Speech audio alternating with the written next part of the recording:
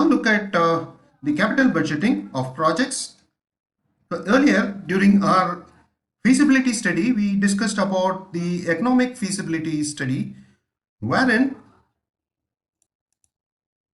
a decision needs to be made whether it is worthwhile to invest in a project, because the money or the capital is always scarce, not easily available. So naturally you need to make a wise decision whether to invest in the project or not to invest in the project, and capital budgeting helps you with that. So capital budgeting is a set of technique used to determine which investment to make in a project. So an example, there could be two projects, project A, a project B. So, and it may so happen that you have limited capital of investing in either a project A or project B. Naturally, any company would like to invest on a project which has a better return. So if A is providing a better return, they would invest in B. Or if it is so happens that B is providing with the better returns, then they might go for B instead of A. So all this kind of an analysis is done through capital budgeting for the projects. So I'll skip this slide because we know now what is a project. So now the capital budgeting techniques. There are about 4 to 5 commonly used techniques. So if there is any investments which are made for a project based on the investor's requirement, they might like to investigate and find out the results based on the net present value, internal rate of return, break-even analysis, and accounting rate of return. So we will see what it is from a definition point of view. We'll see that with a working example as we progress. Discounted cash flows. So whatever you invest, for example, $1,000 invested now, it's not the same value in the future. It might be less. The value of 1,000 invested, you might not be same at a later point of time.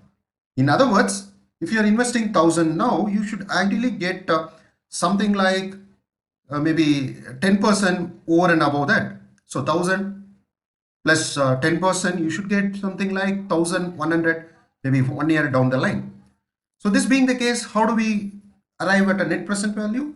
So maybe if you are investing in a business or in a project for that matter, so based on the calculations, when $1,000 is invested, immediately it might not fetch you returns. So maybe it takes on the second year, because there is going to be a lead time before it will start providing with the returns. Maybe in the second year, for 1,000 invested, it might fetch you with something like a 10%, which is $100. On second year, maybe 300, and third year, maybe 700. So you need to sum them up, including the 1,000 outflow, which is actually the outflow. Then you need to combine with the positives with the returns. So based on the number of years, till up to maybe they say on fourth year, I need to have recovered whatever I have invested. Based on that, if that summing up all the values provides you with a positive result, positive number, then the funding proposal may be accepted. So basically it's net present value. We'll see that with the example, and that's the discounted cash flow. Internal rate of return is a discount rate at which the cash flow of the project. So this is basically the percentage, whether you are looking at 10%, 50%, 15% or 20, 25, what percent becomes zero? We need to see, and highest internal rate of return is selected. So ideally, once you look at the example, you will understand better. So in case of the point to keep in mind is in the internal rate of return, the project net needs to be at zero, and that is the discount at that discount rate. Break-even analysis. In any project, there is going to be a fixed cost and variable cost. Fixed cost is something like a plant and machinery, whether you produce or not. There is going to be rent.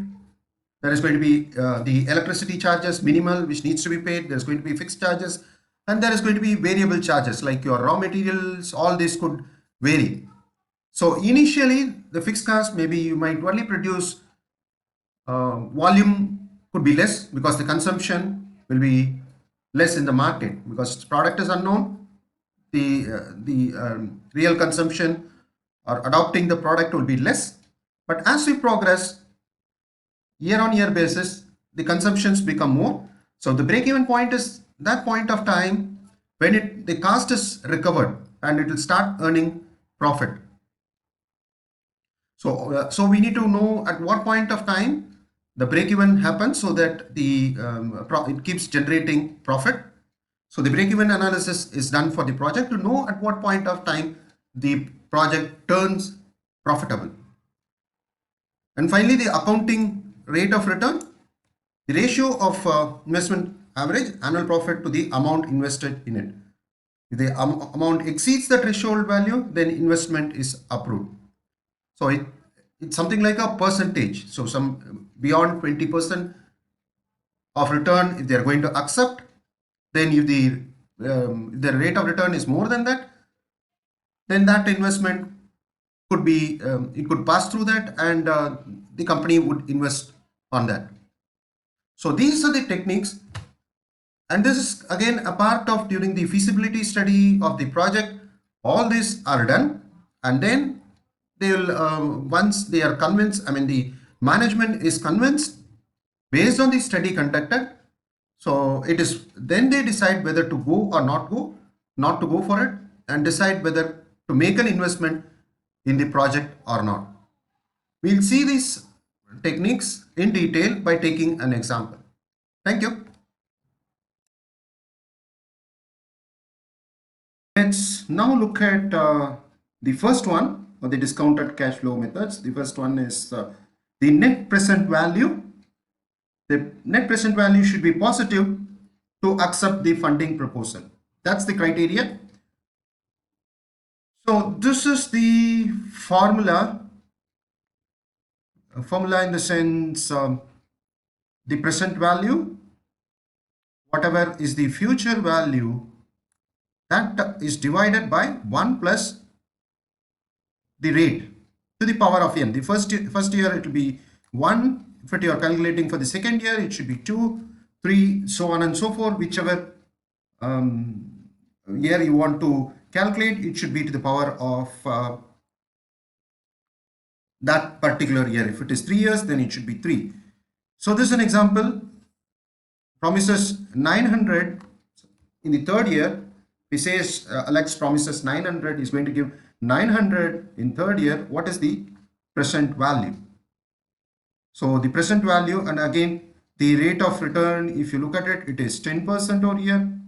So it becomes 110, 1 plus, so 110, this is 10%. So that means the present value is this much, 676 USD. You can look at the other way around also. Here it is said promises 900. So what is the present value?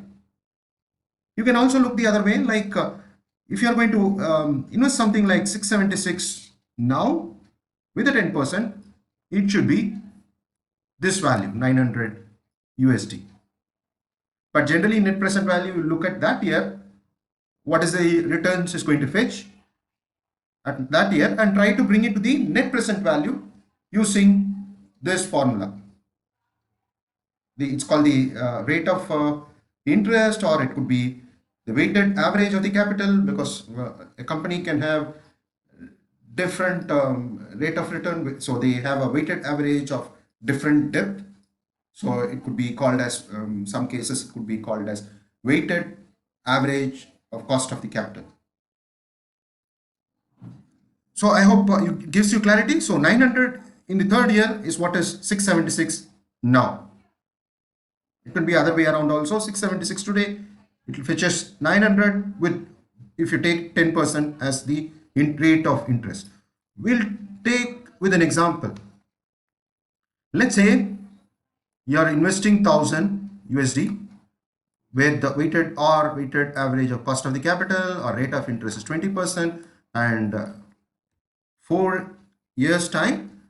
And it is said, like if you look at the top one, initially it is 1000 is invested, because 1000 is outgo, it's minus. And it is promised that 400 will be the return.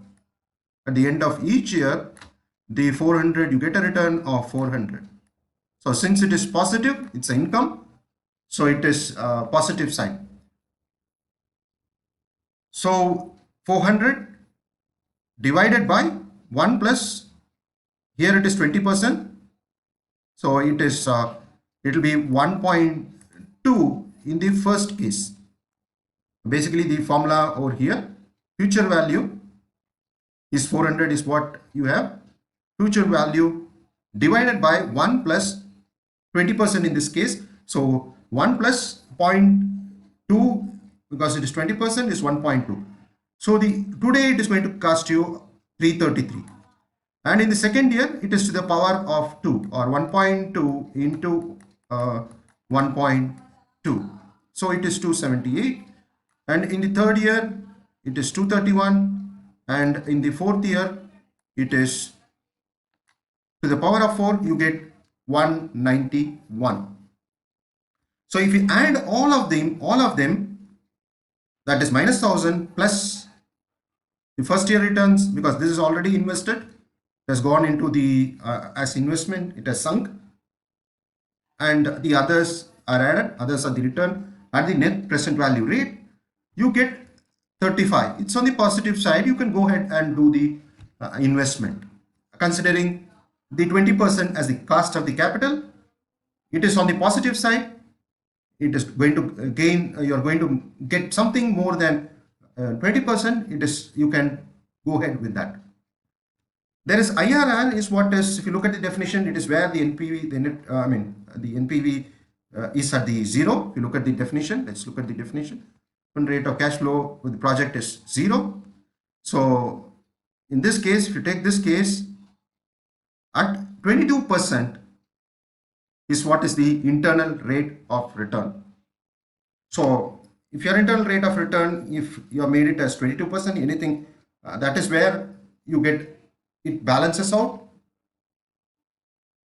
So that is where you get the value of 22%. Interestingly, in fact, you can do all this calculation with a spreadsheet also. Now that is the Microsoft Excel has you can use the formulas there and compute all this value instead of manually performing the calculation. So in the next presentation, I'll quickly show you how to use the spreadsheet to perform this calculation of NPV and the IRR. Thank you. As I had discussed in the previous presentations, spreadsheet now has the facility to calculate the NPV and even the IR rate as well. So as I had shown in the PowerPoint, I have the same value, that is 1000 initially the investment with negative sign with all the positive signs, which is positive signs in this sense, the income in the rest of the year. This is year 1, year 0, and you have year 1, 2, 3, and 4. So let's now calculate the NPV. NPV equal to, so with this is the initial investment in the project, add it, and then go to the auto sum one, more functions, then you can select the NPV. And here it says, yeah, it gives you the indication rate plus to which value to which value. So we will click OK. Rate of interest is going to be 20%. So I am going to select that. So this is 20%. And then which value from which value? That is a future rate of returns. So we need to choose from here to the last one, that is a fourth year, that is year 1, 2, 3, 4. So I've selected that, and it already shows here that formula result, which is 35. So 35 is what, so it is positive. Whatever we got in the during the demonstration I showed you in the PowerPoint, so same thing you get it over here. You'll see that, okay, here this 35, same thing you get over here as well.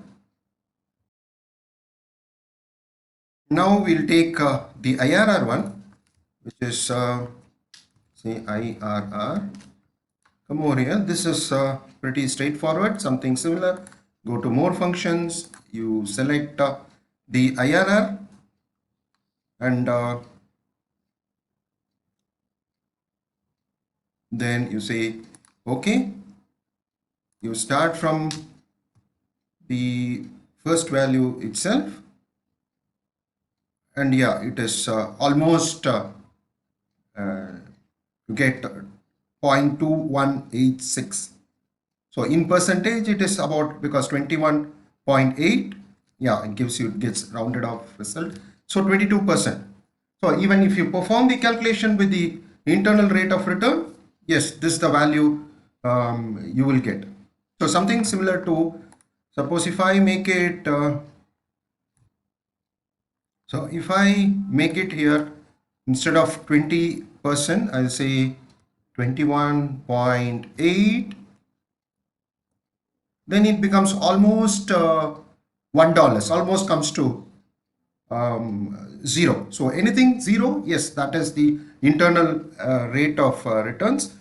So you can use the spreadsheet itself instead of making the computation. You can, performing calculations, you can use spreadsheet to determine the NPV value as well as the IRR as well. Thank you. Important technique is the break-even analysis. So a break-even analysis is a financial tool which helps to determine at what stage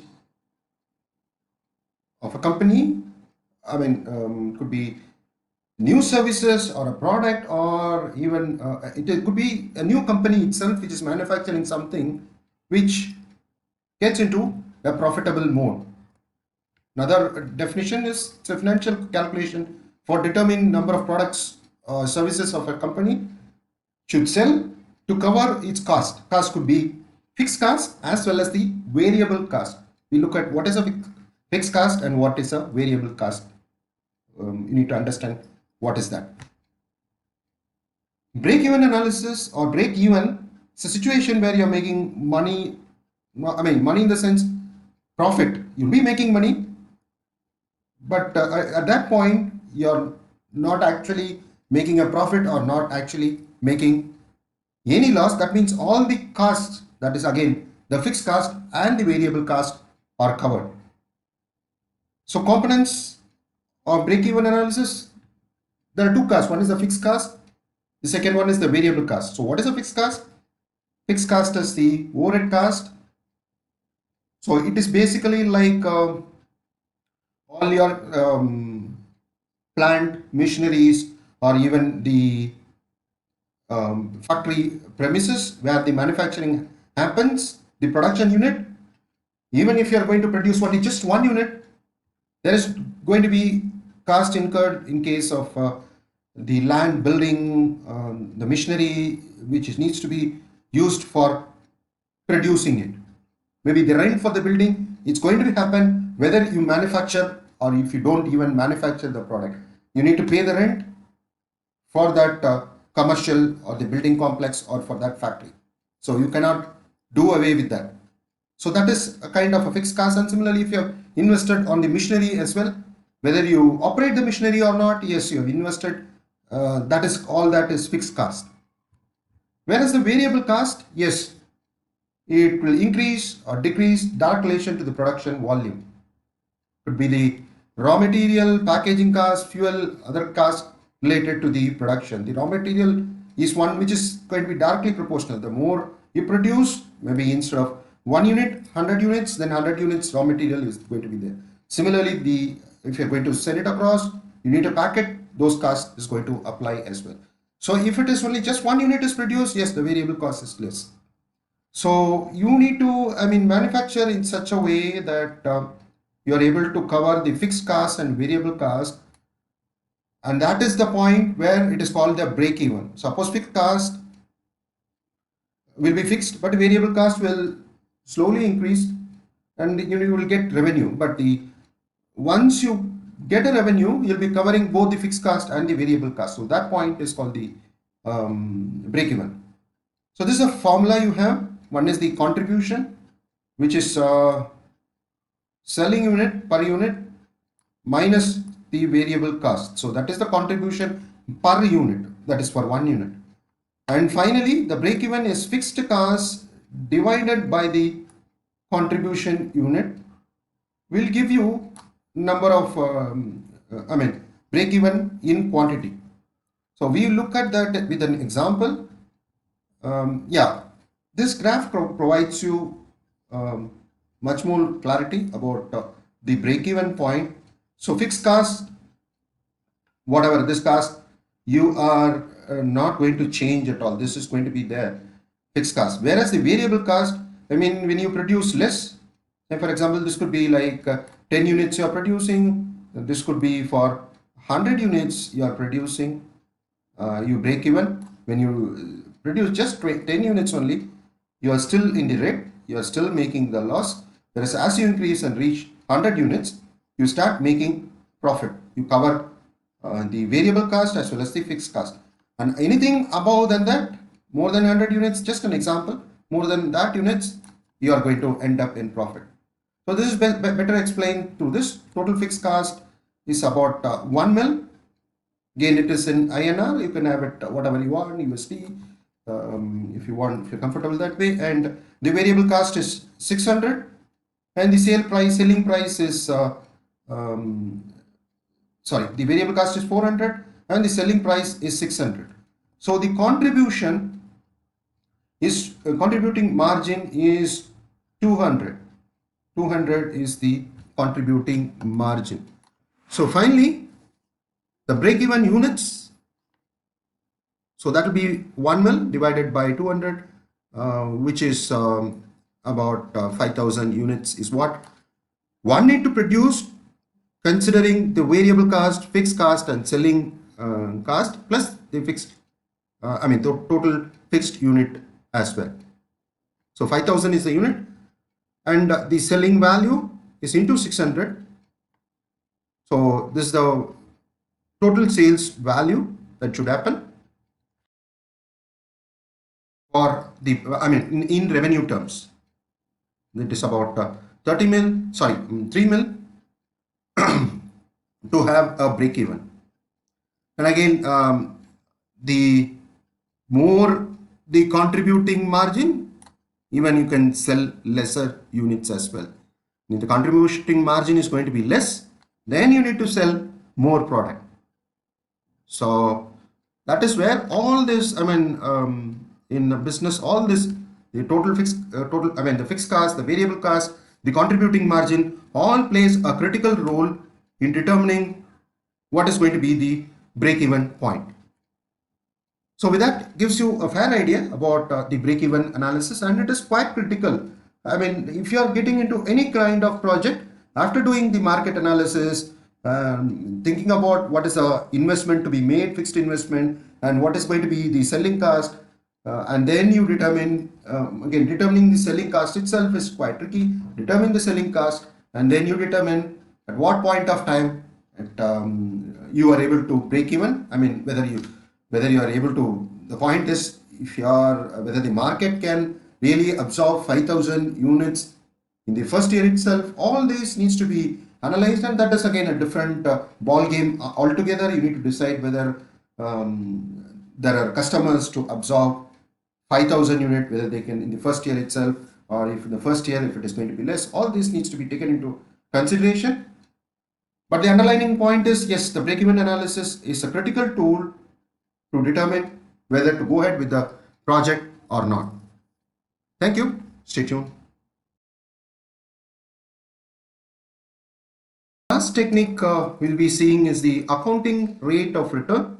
So far, just to recap, we have seen about the net present value, then the internal rate of return, and finally the break-even analysis or the break-even point we saw, and finally the average accounting rate of return. So this is the based on the percentage, what will be the rate of return for the project, and it is through the average net profit divided by the average investment. So it's ideally explained or easy to explain through an example. So ABC company is looking to invest in some new machinery to replace the current or the old one. So the cost is something like this amount 420K, and it is expecting an annual return of this amount. The amount is this amount, and then you have revenue is this amount. The expenses is 50K. Machine life is average machine life is 12 years, and 0 as the salvage value. So the last point indicates that there is going to be a depreciation for the each year. There is going to be a depreciation expense. So divided by 12, that will be the depreciation expense, which needs to be added to the expenses incurred annually, because this is the expenses, and additionally there's going to be a depreciation. So that is the expense part, and then you determine the annual revenue, it says. So from that you subtract the expenses and you get the net profit, and then you can then go ahead and use the formula of accounting rate of return. So depreciation, yes, 420K divided by 12, that is 35K. So that plus that 50K minus 200K minus 85K, so that will provide you 115K. That is the average annual profit. I mean, that is what is the profit which you get out of this company. So 115 by the 420K is the initial, and the total investment for that machinery, making it into a percentage, gives you 27%. That is accounting rate of each year. The accounting rate of return is 27%. So basically means like because the annual revenue is 200K, so something like you are getting 115K each year. So the total investment being 420K, so 27K is what the accounting rate of return is going to be on the long run. Yes, because its salvage value is 12 years. So for 12 years you can operate, or operate in the sense you can get returns of 115K. That is the annual I mean after revenue minus the expenses, that is the profit, which is 115K, that you can get it till the 12th year, and after which the machine will not be in operational. So if you calculate in a percentage, that is the net profit divided by the investment which is being made, then it is 27%. So that is about the accounting rate of return. So we have seen 4 different techniques, and all these techniques when you go for capital budgeting, but predominantly the first 3, that is net present value, ARR, and the break-even analysis, is quite commonly used for capital budgeting to determine to which project the investment needs to go and whether the company needs to invest on the project or not. Through this analysis, the company determines and then makes the investment. So that's about the capital budgeting. Thank you. Stay tuned.